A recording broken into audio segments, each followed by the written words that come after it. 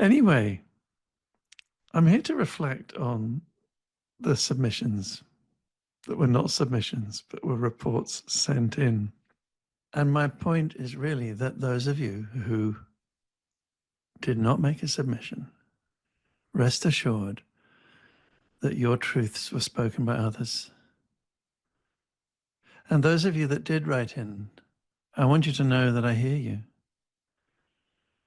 In fact, I'm going to read out some of the messages sent. I'm going to keep them anonymous. But these are all different messages that were sent in. And I want you to know that those of us that did write in,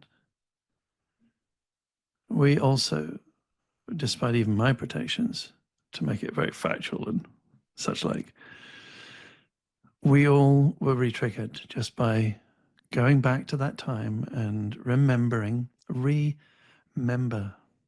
And we've just had Anzac Day recently, where it's important to remember, to bring back, to remind ourselves of the incredible sacrifice that people gave. Whatever our political views, the act of protecting and serving others with your life is an amazing thing. And the word remember is kind of interesting because member is something we use to think of my arm as a member, my head as a member.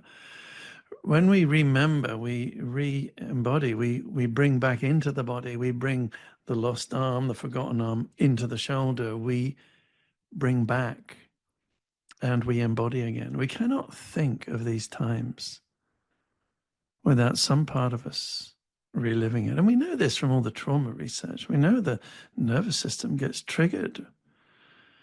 And even when we're not displaying it overtly, I developed a concept called ambient trauma, which is trauma that exists in the body, and I met every day in my work.